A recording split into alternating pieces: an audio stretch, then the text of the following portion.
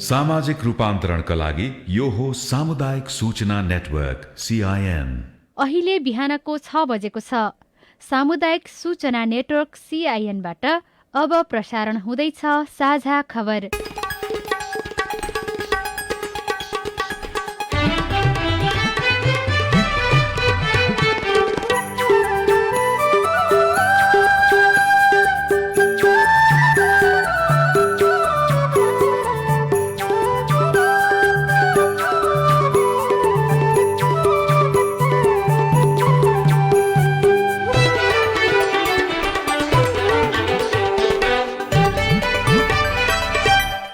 शुभ प्रभात। यो CIN को साझा खबर हो। स्नेहा कर्णसँगै गोविन्द खड्काको तपाईलाई स्वागत छ।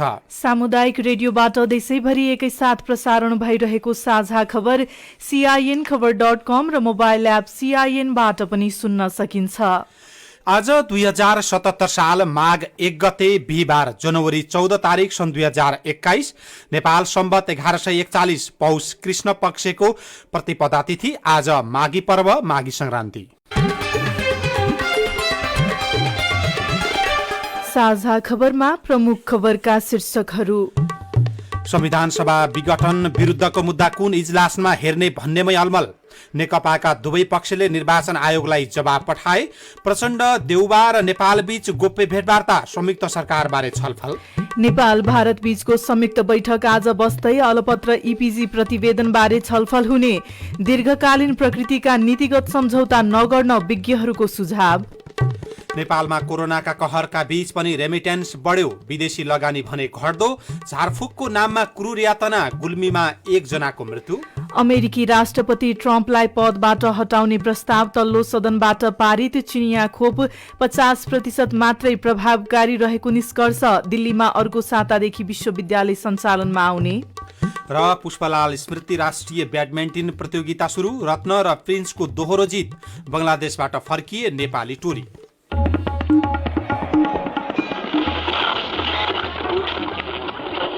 सयौं रेडियो, हजारौं रेडियो कर्मी र करोडौं नेपालीको माझमा यो हो सामुदायिक सूचना नेटवर्क CIN। साझा खबरमा सबभन्दा पहिले संविधान सभा अन्तर्गत प्रतिनिधि सभा विघटन भए नभएको प्रसंगमा अदालतमा चलिरहेको मुद्दाको प्रसंग। सर्वोच्च अदालतले प्रतिनिधि सभा विघटन संविधान सम्मत हो कि होइन भन्ने प्रश्न निरूपण गर्नु अघि त्यसलाई कुन इजलासले हेर्ने भन्ने विवाद टुङ्ग्याउनु पर्ने भएको छ। प्रतिनिधि सभा विघटनको मुख्य प्रश्नमा केन्द्रित हुनुपर्ने पक्ष विपक्षका कानून व्यवसायीहरू बीच निवेदन कुन इजलासले हेर्ने भन्नेमै मतभिन्नता छ। सर्वोच्चको संवैधानिक इजलासले पनि तत्काल टुङ्ग्याउनु पर्ने यो विवादलाई दुवै पक्षको धारणा सुनेर आदेश गर्ने मनस्थिति बनाएपछि कम्तीमा 3 दिनको सुनवाई यही कार्यविधि प्रश्नमा रुमलिने भएको छ। प्रतिनिधि सभा विघटन गैर संवैधानिक हो भनी दावी गर्ने कानून व्यवसायीहरूले यो विवाद बृहत्पूर्ण इजलासमा पेश गर्नुपर्ने माग गरेका छन्। 4 बजेपछि संवैधानिक इजलासले फेरि भोलिका लागि सुनवाईलाई निरन्तरता दिने आदेश दिएको छ। भोलि नै दुवै पक्षको बहस टुङ्गिएपछि थप आदेश हुनेछ। त्यसपछि मात्रै मूल मुद्दा अर्थात् प्रतिनिधि सभा विघटन संविधान सम्मत हो कि होइन भन्ने विषयमा बहस केन्द्रित हुनेछ। सरकारका तर्फबाट मुद्दालाई संवैधानिक इजलासले नै टुङ्ग्याउनु पर्ने पक्षमा बहस भइरहेको छ। CIN-सँग कुराकानी गर्दै सर्वोच्चका प्रवक्ता भद्रकाली पोखरेलले भन्नुभयो, त्यो छलफल चाहिँ निरन्तर भएको छ। छलफल पनि टुङ्गिएको छैन। अब शुक्रबारका लागि चाहिँ हेर्दै रहेको छ अनि थप कारबाही शुक्रबार चाहिँ हुन्छ। पूर्ण इजलासमा लैजानुपर्छ भन्ने मागको विषयमा चाहिँ के छलफल भयो अथवा कस्तो खालको कुरा उठ्यो? त्यो कुनै विषय टुङ्गिएको छैन सर। त्यो सुनवाईकै क्रममा रहेको छ। कानुन व्यवसायीहरू कति हुनुहुन्छ, बसले समय कति लिन्छ, यस्तो कुरा अहिले भन्न सकिँदैन। त्यसका लागि शुक्रबारसम्म प्रतीक्षा गरौँ।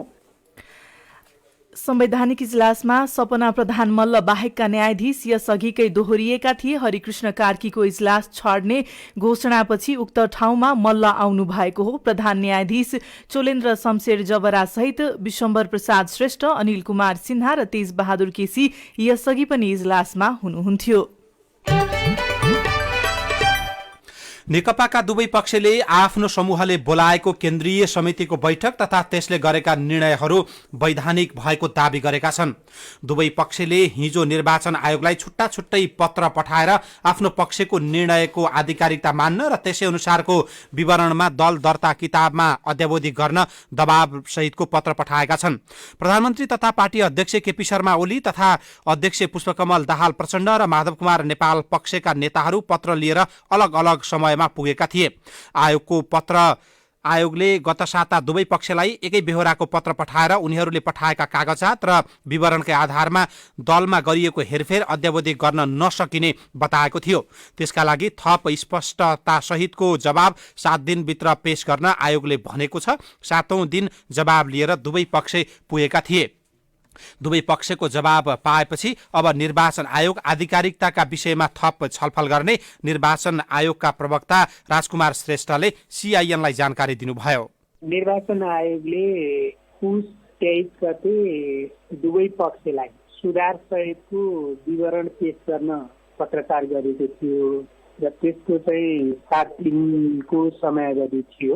यही पत्रको सन्दर्भमा दुवै पक्ष चाहिँ आज आफ्नो विवरण सहित चाहिँ आयोगमा पत्र लिएर आउनु भएको हो। त्यसमा चाहिँ नेकपा हामी हौ भनेर त्यो आधिकारिकता दावी गरिएको छ। पत्रमा अलिकति सच्याइएको छ दुवै पक्षले। यसलाई चाहिँ अब अध्ययन गर्न चाहिँ बाँकी छ। तर अब उहाँहरूले चाहिँ 23 गतेको आयोगले लेखेको पत्रलाई सन्दर्भ उल्लेख गर्नुभएकोले उहाँहरूले पेश गर्नुभएको बेहोरा त्यसैसँग सम्बन्धित चाहिँ छ भन्ने अनुमान गर्न सकिन्छ। अहिले चाहिँ प्रधानमन्त्री ओलीका तर्फबाट आफू नै पार्टीको प्रमुख पदाधिकारी भएको पत्र गएको छ। केन्द्रीय समिति महाधिवेशनसम्मलाई हो, महाधिवेशन गर्ने म्याद सकियो, त्यसकारण पार्टीको विधि र पद्धति विपरीत पार्टी प्यालेसको भेला बैठक हुन सक्दैन पत्रमा उल्लेख गरिएको छ। प्रचण्ड नेपाल पक्षले 72% केन्द्रीय समिति भगौडा हो, 30% समेत नभएकोले त्यो रैथानेलाई मान्न सकिँदैन भनिएको छ। ओलीले नयाँ पार्टी बनाउन अभ्यास सुरुदेखि नै जारी राखेकाले उहाँको पार्टी र उहाँको समूह आधिकारिक होइन पत्रमा भनिएको छ। अब त्यसैका आधारमा निर्वाचन आयोगले संविधानको धारा र पार्टी दल सम्बन्धी व्यवस्था अनुसार निर्णय गर्ने आयोगले जनाएको छ। नेपाल भारत संयुक्त आयोगको 6औं बैठकमा भाग लिन परराष्ट्र मन्त्री प्रदीप कुमार गेवाली आज भारत जाँदै हुनुहुन्छ। भारतका विदेश मन्त्री सुब्रमण्यम जयशंकरको निमन्त्रणामा उहाँ भारत भ्रमणमा जान लाग्नु भएको हो। बैठक आज नै भारतको राजधानी नयाँ दिल्लीमा शुरू हुनेछ। बैठक 3 दिनसम्म चल्नेछ। परराष्ट्र मन्त्री गेवाली र भारतीय विदेश मन्त्री जयशंकरले संयुक्त रूपमा अध्यक्षता गर्नुहुने संयुक्त आयोगको बैठकमा नेपाल भारतसँग सम्बन्धित बहुआयामिक विषयहरूमा छलफल हुने परराष्ट्र मन्त्रालयले जनाएको छ। बैठकमा महत्वपूर्ण सम्झौता तथा समझदारी हुनेछ।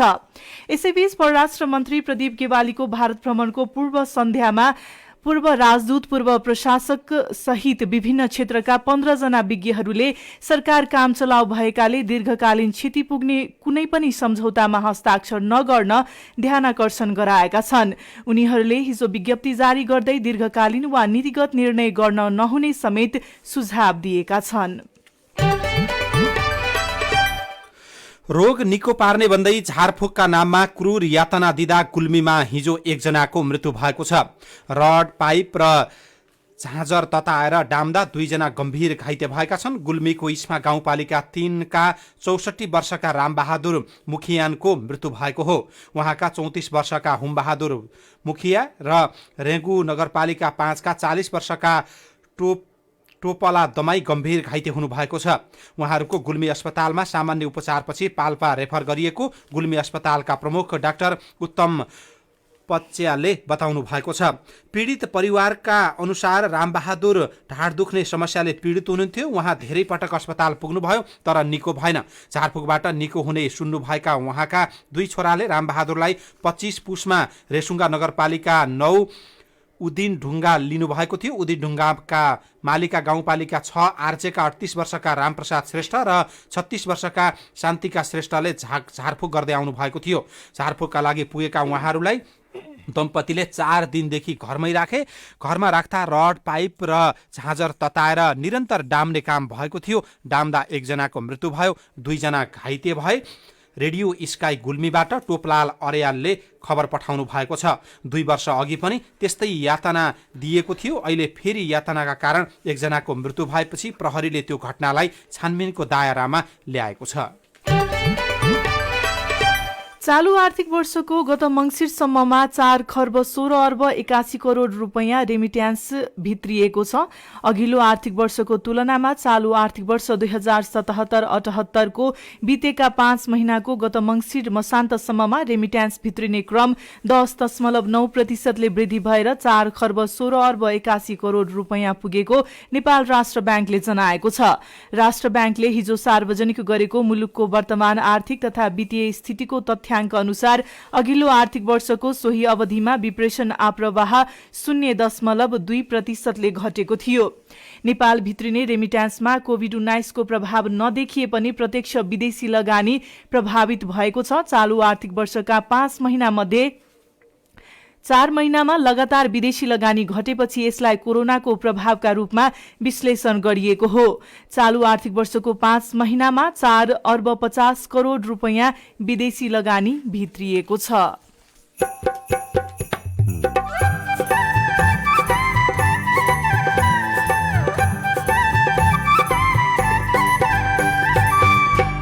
सामुदायिक सूचना नेटवर्क CIN मार्फत देशैभरि प्रसारण भइरहेको साझा खबरमा सरकारले दिने जोखिम भत्ता स्वास्थ्य कर्मीले पाउन सकेनन्। भत्ता दिनको लागि भनेर रकम पनि आएको छ भन्ने सुनिन्छ हैन, पाइसकेका छैन। पाउनुहुन्छ तर बजेट चाहिँ छैन अहिले भन्ने कुरा चाहिँ गर्नुहुन्छ। कहिले हो के हो भन्ने हामीलाई चाहिँ एक्ज्याक्टली थाहा पनि भएन। अमेरिकी राष्ट्रपति ट्रम्पलाई पदबाट हटाउने प्रस्ताव तल्लो सदनबाट पारित। चिनिया खोप 50% मात्रै प्रभावकारी लगायतका खबर बाँकी नै छ। CIN को साझा खबर सुन्दै गर्नुहोला। श्रोताहरूलाई हाम्रो रेडियोमा फेरि पनि स्वागत छ। म तपाईहरुकै प्रिय प्रिया र म शान्ता। प्रिया, हामीलाई आज लुम नेपालको सेवा परियोजना बारे इलाम, धनकुटा, मोरङ र सुनसरीबाट यति धेरै फोन आइरहेको छ कि तिमी पत्याउँदैनौ। किन नपत्याउनु? कस्तो राम्रो परियोजना छ। ल है, हामीसँग फेरि पनि फोन सम्पर्कमा कोही जोडिसक्नु भयो। नमस्ते, कताबाट को बोल्नुभयो? नमस्कार, म धनकुटाबाट। तपाईले पनि सेवा परियोजना बारे बुझ्न फोन गर्नुभएको? होइन, मैले सेवा परियोजनामा आवेदन गरिसके। सुनौलो अवसर त छोडिन्न नि। तपाईहरुको योग्यता पुग्दो रहेछ त? किन नपुग्नु नि? हाम्रो संस्थाले महिला अधिकारको विविध सवालमा काम गर्छ। सबै सदस्यमा हामी महिलाहरू मात्रै छौं। दर्ता भएको 5 वर्ष भइसक्यो अनि हामी 210 जना युवा महिलासँग काम गर्दैछौं नि त। योग्यता मजाले पुग्छ। सजिलो थियो है? हुन त फारम अनलाइन भरे नि भो या डाउनलोड गरेर लेटर हेडमा पठाइनी भयो। हो, साह्रै सजिलो नि। मैले लुम नेपालमा फोन गरे अनि योग्यता सोधे अनि फारम भर्दा त उहाँहरूले भने जस्तै गरे। कति राम्रा मान्छेहरू, जे सोधे पनि जति बेर कुरा गरे पनि सबै सूचना सजिलै बुझाइदिनु भयो नि। हो, हामीले सबै कलरहरूलाई लुम नेपालमै फोन गर्ने सल्लाह दिन्छौं। हो, छिट्टै भन्नु है, आवेदनको लागि धेरै समय छैन नि फेरि। हो, phone number 01 42 51 335 98 0 20 38 262 01 42 51 335 98 0 20 38 262। Email manisha@lumnepal.org manisha@manisha@lomnepal.org। Website www.lomnepal.org। Thapathali Kathmandu. अन्तिम मिति फागुन 2 गतेसम्म मात्र छ। सुनिहाल्नुभयो, छिट्टै फोन गरिहाल्नुहोस् है। सामाजिक रूपान्तरणका लागि यो हो सामुदायिक सूचना नेटवर्क CIN। तपाईँ अहिले देशभरिका सामुदायिक रेडियो CIN खबर.com र मोबाइल एप CIN-बाट एकैसाथ साझा खबर सुनिरहनु भएको छ। अब पत्र पत्रिकाले छापेका खबर। नयाँ पत्रिका दैनिकको पहिलो पृष्ठमा सन् 50 को सन्धि पुनरावलोकन गर्ने र खुला सीमा नियमन गर्ने सुझाव सहितको ईपीजी प्रतिवेदन अलपत्र शीर्षकमा खबर लेखिएको छ। विगत 2.5 वर्षदेखि नेपालले हरेक औपचारिक राजनीतिक र कूटनीतिक संयन्त्रमा नेपाल भारत प्रबुद्ध व्यक्ति समूह ईपीजीको प्रतिवेदन बुझ्न भारतसँग आग्रह गर्दै आएको छ, तर भारतले चासो नै दिएको छैन। भारतीय प्रधानमन्त्री नरेन्द्र मोदीले प्रतिवेदन बुझ्न ईपीजीलाई समय नै दिनुभएको छैन। नेपालमा पछिल्लो पटक केपी शर्मा ओली र भारतमा नरेन्द्र मोदी प्रधानमन्त्री भएपछि उहाँहरू बीच 3 पटक भएको छ। 3 पटकसम्ममा पनि ईपीजीको प्रतिवेदनबारे कुनै पनि छलफल हुन सकेको छैन। अन्नपूर्ण पोस्ट दैनिकमा विप्लवका वार्ता टोली सदस्य पक्राउ शीर्षकमा खबर लेखिएको छ। नेत्र विक्रम चन्द विप्लव नेतृत्वको नेपाल कम्युनिष्ट पार्टीका वार्ता टोली सदस्य धर्मेन्द्र बास्तोला हिजो दिउँसो ललितपुरबाट पक्राउ पर्नु भएको छ। बास्तोलासँगै विवेक कुमार विश्वास र प्रकाश शाही पनि पक्राउ परेको बताइएको छ। अन्नपूर्णकै भित्री पृष्ठमा कृषि परियोजनामा भ्रष्टाचार शीर्षकमा खबर लेखिएको छ। प्रधानमन्त्री कृषि आधुनिकीकरण परियोजनामा भ्रष्टाचार भएको तथ्य खुलेको छ। परियोजना कार्यान्वयन इकाइ चितवन अन्तर्गतका कार्यक्रममा अनियमितता भएको पाइएको हो। कान्तिपुर दैनिकले देउबा दाहाल नेपाल गोप्य भेट संयुक्त सङ्घर्ष र सत्ता सहकारीको प्रस्ताव शीर्षकको खबर छापेको छ। नेकपाको दाहाल नेपाल समूहका अध्यक्षद्वय पुष्पकमल दाहाल प्रचण्ड र माधव कुमार नेपालले प्रतिनिधि सभा पुनस्थापित हुँदा र नहुँदा आइपर्ने जुनसुकै परिस्थितिका लागि पनि सहकार्य गर्न काङ्ग्रेसका सभापति शेरबहादुर देउबासँग प्रस्ताव गर्नुभएको छ। प्रचण्ड नेपालले प्रतिनिधि सभा पुनस्थापनाका लागि संयुक्त सङ्घर्ष गर्ने र पुनस्थापित भएको अवस्थामा देउबा नै प्रधानमन्त्री बन्न सक्ने सम्मको अफर गर्नुभएको छ। हिजो साँझ 6 देखि 8 बजेसम्म राजधानीमा देउबासँग भएको गोप्य भेटमा प्रचण्ड नेपालले संयुक्त सङ्घर्षदेखि सत्ता सहकारीसँगको प्रस्ताव गर्नुभएको हो। देउबाले प्रचण्ड नेपालको प्रस्ताव पार्टीको बैठकमा राख्ने र त्यहीँबाट आएको निचोडपछि फेरि छलफल गर्ने बताउनु भएको बिनु सुवेदीले खबर लेख्नु भएको छ। प्रचण्डले तपाईँले किन यति धेरै चुनावमा जोड दिइरहनु भएको छ भनेर सोध्नु भएको थियो। जवाबमा देउबाले प्रधानमन्त्री केपी शर्मा ओलीले प्रतिनिधि सभा विघटन गरेर असंवैधानिक काम गरेको भए पनि चुनावमा जानु लोकतान्त्रिक विधि भएकाले आफूले त्यसो कुरा गरेको जवाब दिनुभएको थियो। काङ्ग्रेसका सभापति देउबाले हाम्रो पहिलो प्राथमिकता र प्रतिनिधि सभा पुनस्थापना नै हो। मैले केपी ओलीले असंवैधानिक काम गरेको भनिसकेकै छु। संसद पुनस्थापित होला नहोला त्यही भएर चुनावको तयारीमा पनि लागौँ भनेको हो। प्रतिनिधि सभा पुनस्थापना हुन्न, चुनावमा लागौँ भनेको होइन। दुईटैले विकल्प खुला राखौँ भनेको हो, देउबाले प्रचण्ड नेपालसँगको छलफलमा भन्नुभएको थियो। हिजो राजधानीमा आयोजित कार्यक्रमको प्रसङ्ग पनि पत्रपत्रिकाहरूले लेखेका छन्। नागरिक दैनिकले ओली नाङ्गो राजा बालुवा पेलेर तेल आउँदैन शीर्षकमा खबर छापेको छ। नेपाल कम्युनिष्ट पार्टीका अध्यक्ष माधव कुमार नेपालले प्रधानमन्त्री केपी शर्मा ओली नाङ्गो राजा भएको टिप्पणी गर्नुभएको छ। शरीरमा लुगा नलगाएको राजालाई सबैले आहा कति राम्रो लुगा लगाएको भने, तर राजाले आफू नाङ्गो भएको महसुस नगर्ने र नाङ्गो कसैले पनि भन्न नसक्ने प्रसङ्ग सुनाउँदै नेपालले ओली पनि नाङ्गो राजा भएको टिप्पणी गर्नुभएको थियो। प्रचण्डले भने प्रधानमन्त्री केपी शर्मा ओली भारतको इसारामा प्रतिनिधि सभा विघटन गरेको आरोप लगाउनु भएको थियो। उहाँले विदेशी शक्ति केन्द्रको कुरा सुनेर संसद विघटन र पार्टी विभाजन गरेको आरोप लगाउनु भएको थियो। अब पार्टी आधिकारिकता आफ्नो समूहलाई दिने र त्यसअनुसार अघि बढ्ने पनि प्रचण्ड र नेपालले उद्घोष गर्नुभएको पत्रपत्रिकाहरूले लेखेका छन्। साझा खबरमा अब हेलो सिआइएन। ताप्लेजुङ जिल्ला मेरिनेन गाउँपालिका 5 नम्बर वडा सादिक थुकीमा 3 बाट म प्रकाश चोङबाङ बोलेको। सिआइएनमा ड्रागन फ्रुटको समाचार सुनियो। उक्त बिरुवा कहाँ पाइन्छ, कति गहिराई कति दूरीमा रोप्नु पर्छ र प्रति बिरुवा कति रुपैयाँमा पाइन्छ। तपाईको जिज्ञासाको जवाफ हामीले ड्रागन फ्रुटको खेती गर्दै आउनुभएका वामदेव गौली समक्ष राखेका छौं। ताप्लेजुङको हाइट कति छ भन्ने कुरो बुझ्न जरुरी छ। त्यहाँको माटो कस्तो छ, यो बिरुवा कम पानी चाहिने ठाउँ हो, बढी पानी भयो बढी सेपिलो भयो भने लाग्दैन। अनि अलि गर्मी ठाउँमा अब तराई जस्तो भूमिमा राम्रो हुन्छ र यो काठमाडौँसम्मको उचाइमा पनि राम्रो फलेको बिरुवा हो। यो बिरुवा पोलमा हामीले 8 बाई 8 फुटको दूरीमा लगाएका छौँ। हामीले लगाउँदाखेरि एउटा तारको पोलको 4 पाटा हुन्छ, त्यसलाई अलिक फरक ढङ्गले बनाइएको हुन्छ। त्यो 4 पाटामा त्यो बिरुवालाई टाँसेर लगाउनु पर्ने हुन्छ र उकेर लगाएर पानी नजम्ने खालले। अनि त्यसको बिरुवाको मूल्य प्रति बिरुवा धेरै लिँदाखेरि 200 रुपियाँ, थोरै लिँदाखेरि अलि बढी 250, अब 250 नि पर्न सक्छ। दिल्लीराम भण्डारी डोटीबाट बोल्दैछु। म 2072 सालदेखि 2076 माघसम्म गौरीगङ्गा नगरपालिका वार्ड नम्बर 10 कैलालीमा रहेको सरस्वती माविमा शिक्षण गर्थे र 2076 माघमा डोटीमा राहत दरबन्दी पाएपछि उक्त स्कुल विधिवत रूपमा छोडे र हाल उक्त विद्यालयबाट आफूले पाउने 3 महिनाको तलब र बजबुजार कागज माग्दा विद्यालय विवेश र स्थानीय जनप्रतिनिधिले हामी दिन्नौ भनेपछि उक्त समस्या मैले नगर शिक्षा समितिमा उजुरी गरे। नगरको निर्देशन पनि विद्यालयले मानेन। अब के गर्ने? मैले पारिश्रमिक पाउने कि नपाउने? यस विषयमा हामीले गौरीगङ्गा नगरपालिकाका शिक्षा शाखाका प्रमुख हरिश पन्तलाई सोधेका छौं। उहाँले त्यो विद्यालयबाट राजीनामा दिएर अर्को विद्यालयको सेवा गर्न भन्नुभयो। उहाँको निवेदन परेपछि कति कारणले त्यो तलब रोकिएको हो, किन नदिनु भएको भनेको उहाँले चाहिँ विद्यालयले हाम्रो विद्यालयमा उहाँ निकायहरूको बल विभाग गर्न बाँकी रहेकोले बल विभाग भएपछि दिन्छौँ भन्ने कुरा गर्नु भएको छ। उहाँले त्यो बल विभाग गरेको कागज लिएपछि अनि पुनः निवेदन दिएर विदेशबाट नै तलब लिने हो। तपाई जुनसुकै बेला हाम्रो टेलिफोन नम्बर 01 मा फोन गरेर दिइएको निर्देशन अनुसार आफ्नो प्रश्न, प्रतिक्रिया र गुनासो रेकर्ड गराउन सक्नुहुनेछ। साथै तपाईको समस्या समाधान भयो वा भएन त्यसबारे पनि हामीलाई जानकारी गराउन सक्नुहुनेछ।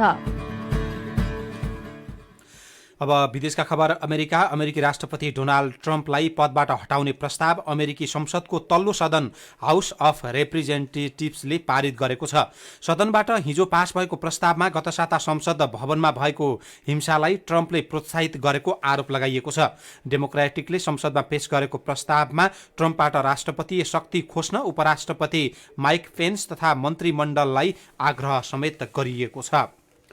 चीनले सिनोभ्याकले उत्पादन गरेको कोरोना भाइरस विरुद्धको खोप 50% मात्र प्रभावकारी देखिएको अनुसन्धानकर्ताहरूले बताएका छन्। ब्राजिलमा गरिएको परीक्षणमा त्यो खोप 50.4% मात्रै प्रभावकारी देखिएको छ। भारतको राजधानी दिल्लीमा विद्यालयहरू खोल्ने भएका छन्। दिल्ली प्रदेश सरकारले विद्यालयमा अध्ययन अध्यापन कार्य सुरु गराउने निर्णय गरेको छ। भारतको केन्द्रीय राजधानी समेत रहेको दिल्लीमा प्रदेशमा बोर्ड परीक्षालाई मध्यनजर गर्दै कक्षा 10 र 12 को विद्यालय तत्काल खोलिनेछ। बाँकी विद्यालयहरू केही समयमा खोल्ने गरी तयारी सुरु भएको छ। अब खेल खबर। त्रिभुवन आर्मी क्लबका रत्नजित तामाङ र सिल्क ग्रुपका प्रिन्स दाहालले 10औं पुष्पलाल स्मृति राष्ट्रिय ब्याडमिन्टन प्रतियोगितामा दोहोरो जित हात पार्नु भएको छ।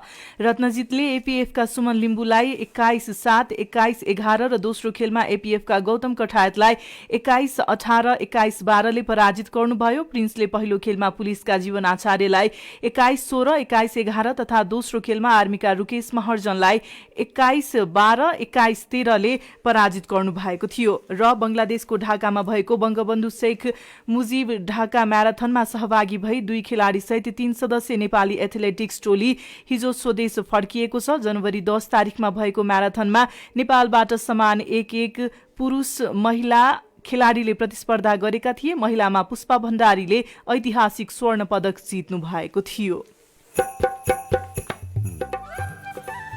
जोखिम भत्ता स्वास्थ्य कर्मीले अझै पाउन सकेनन् किन? रेडियो रिपोर्ट, अरू खबर र कार्टुन पनि बाँकी नै छन्। सीआईएन को साझा खबर सुन्दै गर्नुहोला। एक धर्मले अर्को धर्मको सम्मान गर्नुपर्दछ। सबै धर्मका धार्मिक अगुवाले सबै धर्मका चाडपर्व र विशेष अवसरहरूमा शुभकामना र खुसी साटासाट गर्नुपर्दछ। जाति भन्दा, समुदाय भन्दा, सम्प्रदाय भन्दा माथि उठेर सबको जय होस् भनौं। हाम्रो गोरखापत्रको टाउकामा लेखा छ मित्रहरू, सर्वे भवन्तु सुखिन सर्वे सन्तु निरामया। बस त्यही वातावरणको सिर्जना गरौँ, सबै सुखी हौन्। एल्डर हुँ, विशेष गरेर मलाई अहिले हाम्रो डाक्टर चिन्तामणिले भन्नुभएको एउटा महाउपनिषद 6 अध्यायको 72 भन्नुभएको थियो, त्यो नै एकदम महत्त्वपूर्ण कुरा हो। त्यसलाई आत्मसात गर्यो भने यो हिंसाका कुराहरू सबै हटेर जान्छ। म भिक्षु प्रियदर्शी। यही देशमा हामी 33 कोटी देवताको संकल्प लिइरहेका छौँ। यही देशमा हामी विभिन्न धर्महरू एकैसाथ बसिरहेका छौँ। धर्मगुरु र धार्मिक अगुवाहरूको यस्तो सन्देश र शुभकामनाले धार्मिक सहिष्णुता, शान्ति र समभाव फैलाउन सहयोग पुग्दछ। सबै धर्मका आगामी चाडपर्वहरूको हार्दिक शुभकामना। ओल्ड भिजन इन्टरनेशनल नेपाल र CIN। सामाजिक रूपान्तरणका लागि यो हो सामुदायिक सूचना नेटवर्क CIN। साझा खबरमा अब कोरोनाको जोखिम भत्ता नपाएको प्रसंग। कोरोना संक्रमण रोकथाम र संक्रमित बिरामीको उपचारमा खटिएका केही स्वास्थ्य कर्मीले जोखिम भत्ता पाए पनि केहीले नपाएको गुनासो गरेका छन्। कोरोना विशेष अस्पतालमा कार्यरत प्रयोगशालाका कर्मचारीहरूले भत्ता नपाएका हुन्। चितवनको भरतपुर स्थित कोरोना विशेष अस्पतालको प्रयोगशालामा धीरज कर्णले काम गर्न थालेको 4 महिना भयो। तर गत साउन यताको जोखिम भत्ता सरकारले अस्पताललाई उपलब्ध गराए पनि आफूहरूलाई नदिएको उहाँको गुनासो छ। सरकारले आफ्नो प्रतिबद्धता अनुसार नै कर्मचारीहरूको भत्ता पठाइदिन पर्ने हो हैन। भत्ता दिनको लागि भनेर रकम पनि आएको छ भन्ने सुनिन्छ हैन। पाइसकेका छैनौं अनि त्यसलाई चाहिँ अब कसरी हो हैन, एकदम न्यायपूर्ण तरिकाले बाँडिदिए हुन्थ्यो जस्तो लाग्छ हैन। राप्ती स्वास्थ्य विज्ञान प्रतिष्ठानमा कार्यरत प्रयोगशालाका कर्मचारीको समस्या पनि उस्तै छ। जोखिम भत्ता दिने विषयमा कर्मचारी बीच विभेद गरेको त्यहाँ कार्यरत कर्मचारी बताउँछन्। सुरुमा चाहिँ हाल्दियो, जोखिम भत्ता पनि कसरी हाल्दियो भन्दाखेरि कसैलाई चाहिँ सँगै काम गरिरहेको कसैलाई धेरै कसैलाई थोरै गराएर हाल्दियो हैन। अनि त्यसको लागि हामीले कतिचोटि कुरा पनि गर्यौं। अनि तपाईहरुले के रे भत्ता पाउनुहुन्छ तर बजेट चाहिँ छैन अहिले भन्ने कुरा चाहिँ गर्नुहुन्छ। खासै अब कहिले हो के हो भन्ने हामीलाई चाहिँ एक्ज्याक्टली थाहा पनि भएन। चितवन र दाङका ल्याबमा कार्यरत कर्मचारी त प्रतिनिधि मात्रै हुन्। प्राय अधिकांश ल्याबमा काम गर्ने कर्मचारीले जोखिम भत्ता पाएका छैनन्। ल्याबमा कार्यरत कर्मचारीलाई जोखिम भत्ता किन वितरण नगरेको जवाफमा भरतपुर कोरोना विशेष अस्पतालका मेडिकल सुपरिन्टेन्डेन्ट डाक्टर जगन्नाथ तिवारीले भन्नुभयो, सरकारले चाहिँ जोखिम भत्ता भनेर तोकेर पठाएको छैन। हामीलाई चाहिँ कोभिड व्यवस्थापन भनेर चाहिँ आएको हुन्छ हाम्रो हैन। जोखिम भत्ताको लागि मात्रै भनेर आएको भए सल्लकै उहाँहरूलाई दिन नि मिल्थ्यो। त्यो अरू सबैको हिसाबले आएको भएर त्यसरी दिन नसकिया हो। करिब 1 वर्ष अघिको मन्त्री परिषद बैठकले कोरोना उपचार तथा नियन्त्रणमा खटिएका कर्मचारीलाई जोखिम भत्ता दिने निर्णय गरेको थियो। सरकारले सम्बन्धित अस्पतालमा जोखिम भत्ता बापतको रकम पठाइसकेको छ। स्वास्थ्य तथा जनसंख्या मन्त्रालयका प्रवक्ता डाक्टर जागेश्वर गौतम, प्रयोगशालामा काम गर्ने कर्मचारीहरूको डिटेल काम गरेको चाहिँ मन्त्रालयमा नपठाएको कारणले नभए होला, नभए राततिर भरतपुरलाई त डाइरेक्ट स्वास्थ्य मन्त्रालयले पठाउने हो, पठाइरहेको। एउटा अस्पतालले क्लेम गरेका छैनन् होला, अर्को पठाएको पैसा चाहिँ अन्यत्र खर्च गरेका छन् होला। कोरोनाको उपचार तथा नियन्त्रणमा खटिएका 32,000 स्वास्थ्य कर्मीलाई तलब स्केल अनुरूप 100% देखि 75% सम्म जोखिम भत्ता दिने सरकारको निर्णय छ। तर मुलुकभरमा सञ्चालित 82 वटा ल्याबमा कार्यरत झण्डै 400 कर्मचारीलाई सम्बन्धित अस्पतालले जोखिम भत्ता दिएका छैनन्। सीता शर्मा, CIN काठमाडौँ। अब केही खबर संक्षेपमा। राष्ट्रिय जनस्वास्थ्य प्रयोगशाला टेकुमा सशुल्क टोटल एन्टिबडी परीक्षण शुरू गरिएको छ। कोभिड-19 संक्रमित भएको आफूलाई थाहा नभए पनि विगतमा संक्रमण भएको थियो कि थिएन भन्ने विषयमा पत्ता लगाउन त्यो परीक्षण गर्न सकिन्छ। परीक्षणका लागि खुला गरिएको स्वास्थ्य प्रयोगशालाले जानकारी दिएको छ। मनाङको जंगलमा लागेको डढेलो 1.5 महिनासम्म पनि निभेको छैन। मानव बस्तीसम्म नआउने गरी नियन्त्रण भने गरिएको मनाङका प्रमुख जिल्ला अधिकारी विष्णु प्रसाद लामिछानेले बताउनुभयो। उहाँले खोटोले डढेलो फैलिएको पनि बताउनु भएको छ। आम उपभोगमा आएको कमीका कारण यो वर्ष औसत मूल्य वृद्धि 3% भन्दा कम देखिएको छ। मूल्य वृद्धि भने बढेको छ। र नेपाल प्रहरीका 11 जना प्रहरी उपरीक्षकलाई बढुवा गर्न सिफारिस गरिएको छ। हिजो गृह मन्त्रालयमा बसेको बढुवा समितिको बैठकले प्रहरी वरिष्ठ उपरीक्षकमा बढुवा गर्न सिफारिस गरेको हो। हामी साझा खबरको अन्त्यमा आइपुगेका छौं। सामुदायिक रेडियो प्रसारक संघद्वारा सञ्चालित CIN को बिहान 6 बजेको साझा खबर सक्नु अघि तपाईको स्वस्थ जीवनशैलीसँग जोडिएको एउटा सन्देश। आज माघे संक्रान्ति, हरेक घरमा तरुल पाक्ने गर्छ। तरुल स्वास्थ्यका लागि किन खाने र के फाइदा हुन्छ? तरुलमा कार्बोहाइड्रेटको मात्रा धेरै हुन्छ। यसले शरीरलाई हृष्टपुष्ट बनाउनलाई र सामान्यतः तौल बढाउनलाई र बल प्रदान गर्नको लागि यो उपयोगी हुन्छ। यसको साथसाथै सुत्केरी महिलाहरूमा पनि तरुलको प्रयोग गर्न सकिन्छ, जसले गर्दाखेरि चाहिँ आमाको दुधको मात्रामा चाहिँ वृद्धि होस्। त्यसको लागि सामान्यतः पहिला तरुललाई सुकाउने, राम्रोसँग सफाएर सुकाएर त्यसको धुलो बनाएर बिहान 1 चिया चम्चा र बेलुका 1 चिया चम्चा मन्थातो 1 गिलास दुधसँग सेवन गर्ने भने तरुलले सुत्केरी महिलाहरूको चाहिँ दुधमा वृद्धि हुन्छ। तथा रगतमा चिनीको मात्रा जसको बढी छ उसले चाहिँ जमिन मुनिको तरुल भन्दा तरुलकै बुटमा फलेका गिठाहरू, जुन चाहिँ लहरामा फलेका गिठाहरूको सेवन गर्दा उसलाई चाहिँ राम्रो हुन्छ। त्यसले गर्दा चाहिँ रगतमा भएको चिनीको मात्रालाई पनि घटाउन पनि मद्दत गर्दछ। डाक्टर सबिन दवाडीको यो सन्देशसँगै हामी साझा खबरको अन्त्यमा आइपुगेका छौं। साझा खबर सक्नु अघि मुख्य खबर फेरि एकपटक। प्रतिनिधि सभा विघटन विरुद्धको मुद्दा कुन इजलासमा हेर्ने भन्नेमै अलमल। नेकपाका दुवै पक्षले निर्वाचन आयोगलाई जवाब पठाए। देउबा प्रचण्ड र नेपाल बीच गोप्य भेटवार्ता, संयुक्त सरकारबारे छलफल। नेपाल भारत बीचको संयुक्त बैठक आज बस्दै अलपत्र इपिजी प्रतिवेदनबारे छलफल हुने। दीर्घकालीन प्रकृतिका नीतिगत सम्झौता नगर्न विज्ञहरूको सुझाव। नेपालमा कोरोनाका कहर बीच पनि रेमिटेन्स बढ्यो, विदेशी लगानी भने घट्दो। झारफुकको नाममा गुल्मीमा क्रूर यातना, 1 जनाको मृत्यु। अमेरिकी राष्ट्रपति ट्रम्पलाई पदबाट हटाउने प्रस्ताव तल्लो सदनबाट पारित। चिनिया खोप 50% मात्रै प्रभावकारी रहेको निष्कर्ष। दिल्लीमा अर्को सातादेखि विद्यालयहरू सञ्चालनमा आउने। र पुष्पलाल स्मृति राष्ट्रिय ब्याडमिन्टन प्रतियोगिता सुरु। रत्न र प्रिन्सको दोहोरो जित। बंगलादेशबाट फर्कियो नेपाली टोली। साझा खबरको अन्त्यमा पालो आएको छ कार्टुनको। अन्नपूर्ण पोस्ट दैनिकमा बासु क्षितिजले बनाएको चर्चो शीर्षकको कार्टुन लिएका छौं। यो कार्टुनमा नेकपाका विभिन्न तहमा भइरहेका सभा सम्मेलन र नेताहरूको भाषणको प्रसङ्गलाई व्यङ्ग्य गर्न खोजिएको छ। नेताहरूले भाषण तर्क गर्ने होइन, एकअर्कालाई गाली गलौज मात्रै गर्छन् भन्ने प्रसङ्गले यो कार्टुनले व्यङ्ग्य गरेको छ। यहाँ एकजना नेता भाषण गरिरहेका छन् र भाषणमा उनले अन्तिममा टुङ्ग्याउने बेला यस्तो भनेका छन्, तल लेखिएको छ। यति भन्दै मेरो गाली गलौज 20 बमन यही टुङ्ग्याउँछु। जय धन्यवाद। हवस् त प्राविधिक साथी सुनिल राज भारतलाई धन्यवाद। अहिलेलाई गोविन्द खड्का र स्नेहा कर्ण विदा भयौं। तपाईको आजको दिन शुभ होस्। नमस्कार। यसपछि देशभरिका सामुदायिक रेडियोबाट कार्यक्रम हाम्रो पालिका प्रसारण हुनेछ। सुन्ने प्रयास गर्नुहोला।